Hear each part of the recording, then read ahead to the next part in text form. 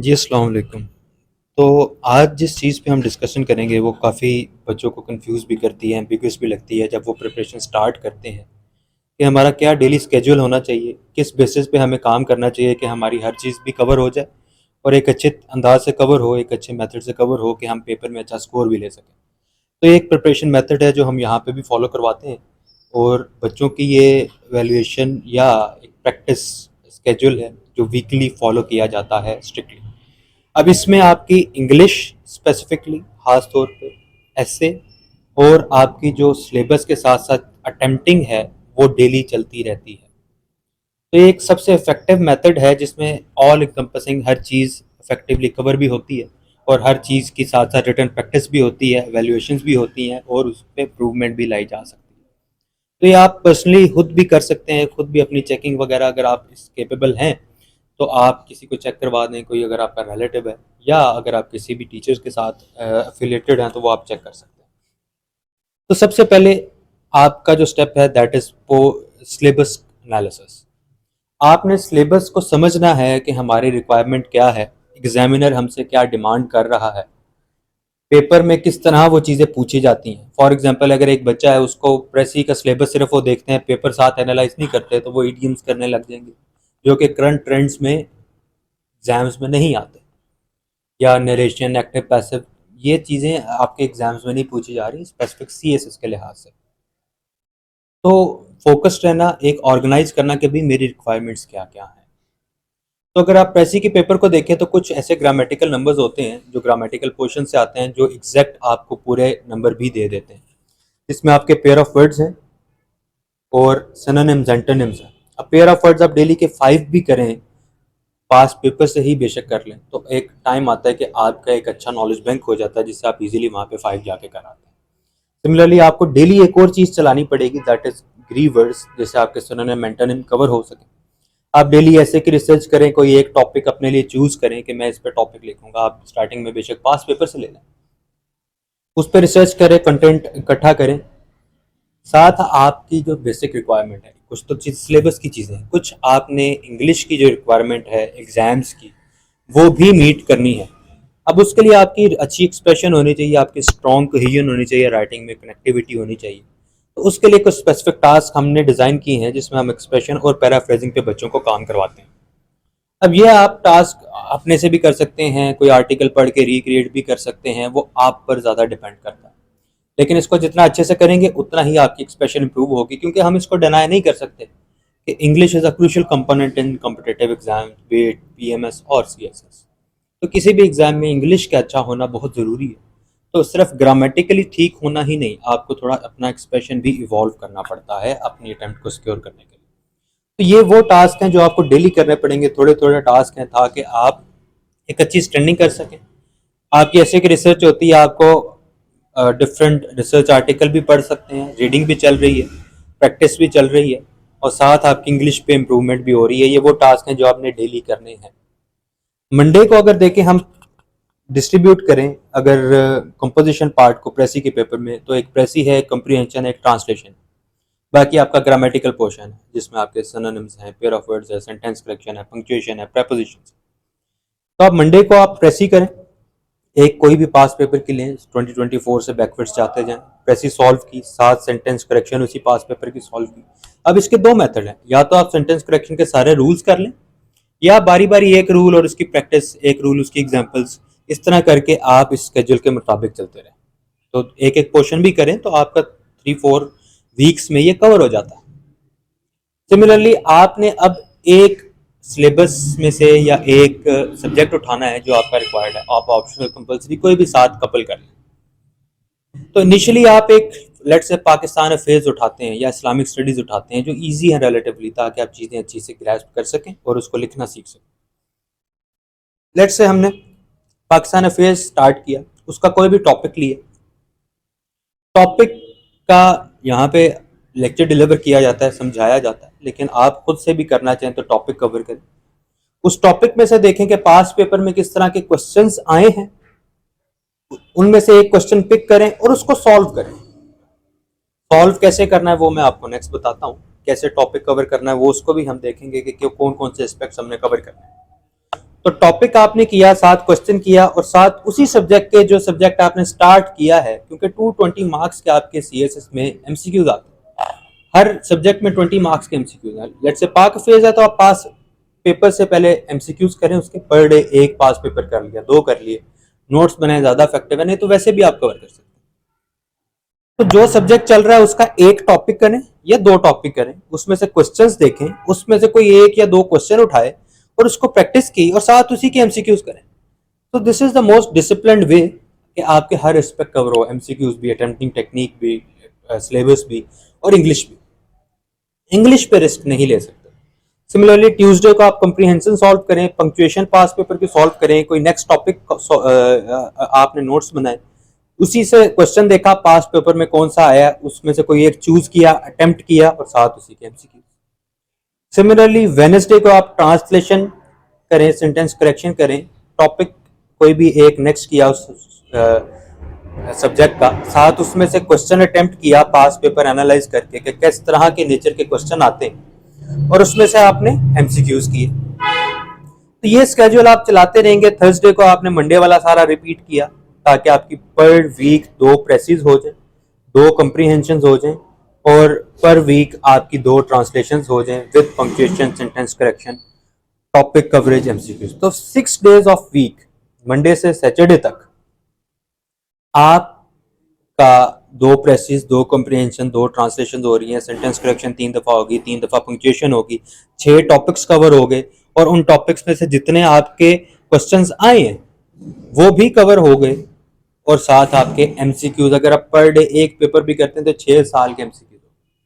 तो ये छोटे छोटे टास्क इस तरह कपल होके आपको एक इफेक्टिव वे देते हैं। अगर आप एक एक टॉपिक करके भी करें तो आप 2 to 3 मंथ्स में आप कंपल्सरी सब्जेक्ट्स के जो पाक affair, current affair, Islamic studies हैं वो कवर कर लेते हैं इस मेथड से मोस्ट इफेक्टिवली, क्योंकि इससे ज़्यादा आप नहीं जा सकते। आपने सिलेबस कवर किया, आपने प्रैक्टिस कर ली, अटेम्प्टिंग कर ली, ले ली, आपने राइटिंग इम्प्रूव कर लिया, आपने एक्सप्रेशन इम्प्रूव कर लिया, आपने सिलेबस ऑफ इंग्लिश भी कवर कर लिया।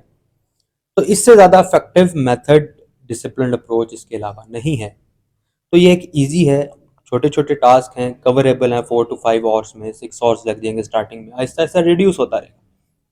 सिमिलरली आपका संडे, अब संडे आप स्पेसिफिक रखें कि आपने डेली आप जो ऐसे एक टॉपिक पकड़ा है स्टार्टिंग में, आपने उस पर रिसर्च की है 6 वीक्स और 6 डेज अ वीक, तो 6 डेज जो आपकी रिसर्च है उसकी बेसिस पे आप उस टॉपिक की सबसे पहले फर्स्ट वीक आप आउटलाइन लिखना सीखें, आउटलाइन की रिक्वायरमेंट्स देखें। डिफरेंट यूट्यूब चैनल्स पे ऑलरेडी अपलोडेड हैं, कोई एक मेथड पकड़ें, एक फिर डायरेक्शन फॉलो करें।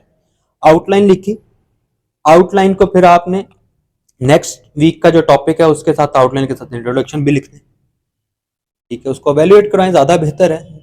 तो क्योंकि एवेल्युएशन के बगैर आपको आपकी मिस्टेक्स का नहीं पता चलता, तो ब्लाइंडली जाने से बेहतर है एवेल्युएशन करवाएं। फिर नेक्स्ट वीक जो किया उसमें कुछ बॉडी पैराग्राफ्स भी लिखना सीखे, वैल्यूएट करवाए, और नेक्स्ट वीक जो किया ऐसे टॉपिक उसमें आप कंक्लूजन भी लिखे कंप्लीट। ऐसे आपका 4 वीक में बेसिक स्ट्रक्चर कवर हो जाता है। फिर आहिस्ता आहिस्ता उसको इम्प्रूव करते रहें। हर वीक जो आप संडे के संडे कंप्लीट ऐसे लिखेंगे उसमें आप अपने पैराफ्रेजिंग वाली चीज़ें भी लगाएं, पंक्चुएशंस भी ऐड करने की कोशिश करें। आपने अगर सेंटेंस स्ट्रक्चर पे काम किया, एक्सप्रेशन वर्क में जो हम करवा रहे हैं उसमें अगर आप डाइवर्सिटी इन सेंटेंस स्ट्रक्चर लाना चाहें वो भी करें, कनेक्टिविटी देखें, कोहेजन देखें। तो ये सारी चीज़ें आप इजीली मैनेज कर सकते हैं इस अफेक्टिव मेथड से।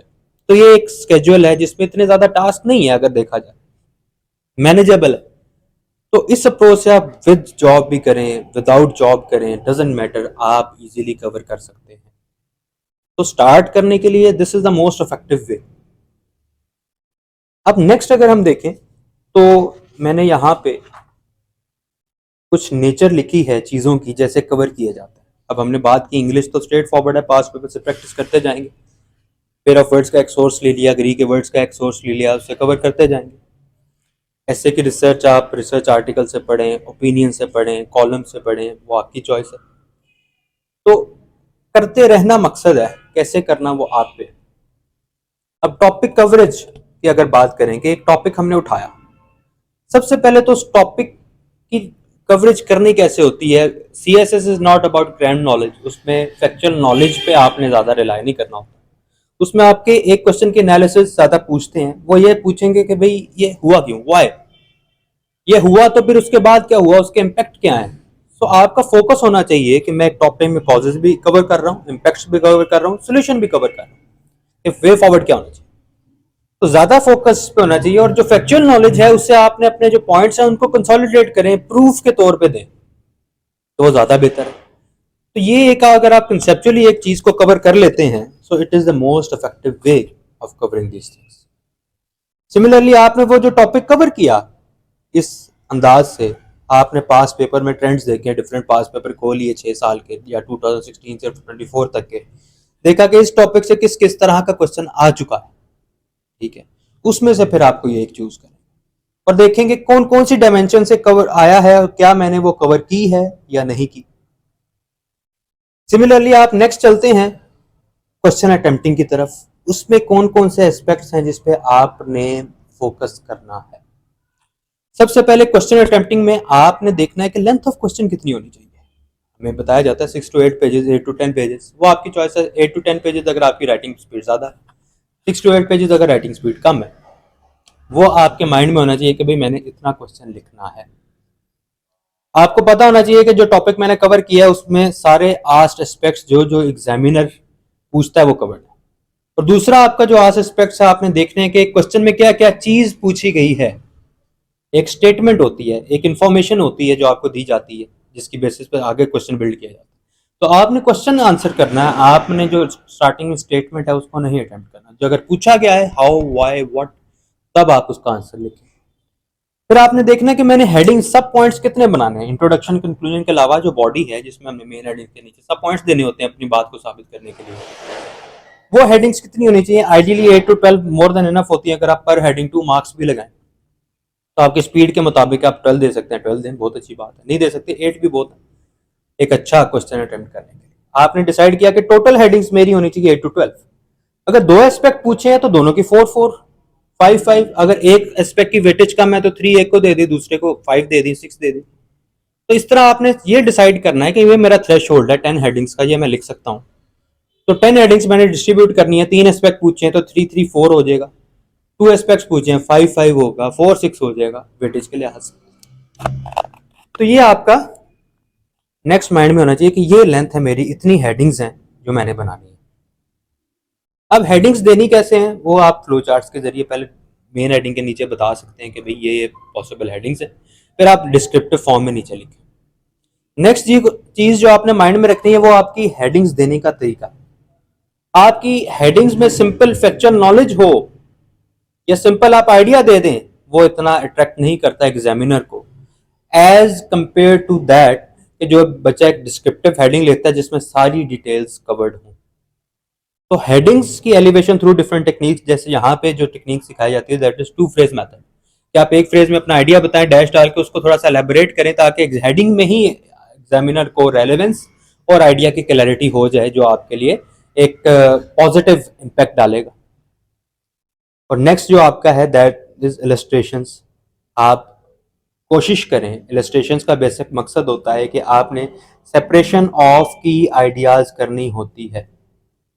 जैसे एक बच्चा है वो बताता है कि पाकिस्तान का ट्रेड डेफिसिट है, पैराग्राफ में ही लिख देता है कि 30 बिलियन है, 60 बिलियन हमारी एक्सपोर्ट्स हैं, 60 बिलियन आपकी इंपोर्ट्स हैं और 30 बिलियन एक्सपोर्ट्स है, तो ट्रेड डेफिसिट है जी 30 बिलियन। लेकिन एक बच्चा उसको ग्राफ के थ्रू डिपिक्ट करता है, ये एक पाई चार्ट के थ्रू डिपिक्ट करता है, तो वो एक तो वो पैराग्राफ से सेपरेट भी हो गए, एग्जामिनर की डायरेक्ट अटेंशन भी ग्रैब कर ली और अपनी प्रेजेंटेशन को भी एलिवेट कर लिया। तो ग्राफ्स के जरिए आप खुद भी बना सकते हैं, ये थोड़ी सी प्रैक्टिस इसमें चाहिए होती है। मैप्स, ये 2 कंट्रीज हैं, हम ग्वादर चाबहार के कंपैरिजन दे रहे हैं, तो हम मैप बना के बताएं कि भाई दोनों में इतना डिस्टेंस है, या दोनों इस पे पर्शियन गल्फ के साथ रिलाई करते हैं, या दोनों स्टेट ऑफ हॉर्मूज के साथ हैं। हम इस तरह डिपिक्ट करें तो वो एक ज़्यादा क्लियरली आपका आइडिया डिपिक्ट करेगा। या अगर आप सिंपल उसको पैराग्राफ में लिखते हैं तो उसकी इतनी इफेक्टिवनेस नहीं है, क्योंकि फिर वो सिंपल पैराग्राफ पढ़ना पड़ेगा एग्जामिनर को, ईज नहीं है, प्रेजेंटेशन ज़्यादा एलिवेट नहीं हो। तो ये चीज़ें करनी चाहिए, ना भी करें तो यू कैन पास, लेकिन अगर कर लें तो ज़्यादा इफेक्टिव है।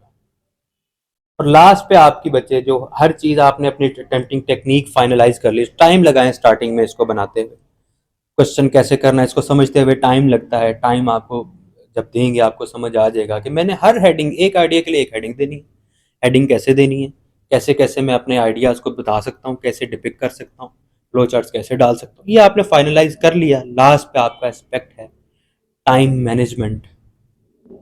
तो टाइम मैनेजमेंट क्यों ज़रूरी है? आपके पास अगर आप 8 to 12 पेजेस का या 8 to 10 पेजेस का सॉल्व कर रहे हैं और उसमें लेट्स से 10 हेडिंग्स दे रहे हैं, आपका एवरेज टाइम अगर 1 आवर लग रहा है तो उधर तो आप 3 क्वेश्चन ही मैक्सिमम कर सकेंगे। तो आपका टारगेट है ना कि मैंने 4 क्वेश्चंस करने हैं, मैं प्रूफ रीड भी कर सकूं, तो आपने 40 से 45 मिनट्स पे एक क्वेश्चन लेके आना है। तो वो उसके लिए बच्चे क्या करते हैं, डिफरेंट बच्चे पहले हेडिंग्स दे देते हैं, मैप्स ग्राफ्स पहले बना लेते हैं, फिर पैराग्राफ्स लिख लेते हैं। अक्सर बच्चे प्लानिंग फ्लो चार्ट्स में कर लेते हैं ताकि उनको प्लानिंग ना पड़े। अक्सर बच्चे प्रैक्टिस बहुत ज़्यादा करके जाते हैं ताकि कोई भी आस्पेक्ट आ जाए उन्होंने पहले तैयार किया। तो वो आप पे है कि आप कितना करते हो। अगर सब कुछ ही करें तो वो सबसे ज़्यादा इफेक्टिव है। हर टेक्निक पे काम करें।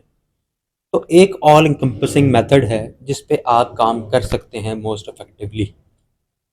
तो ये CSS का एक इफेक्टिव स्केड्यूल है जो आप फॉलो करके अच्छी तैयारी कर सकते हैं। जज़ाकल्लाह, hope so this will be helpful.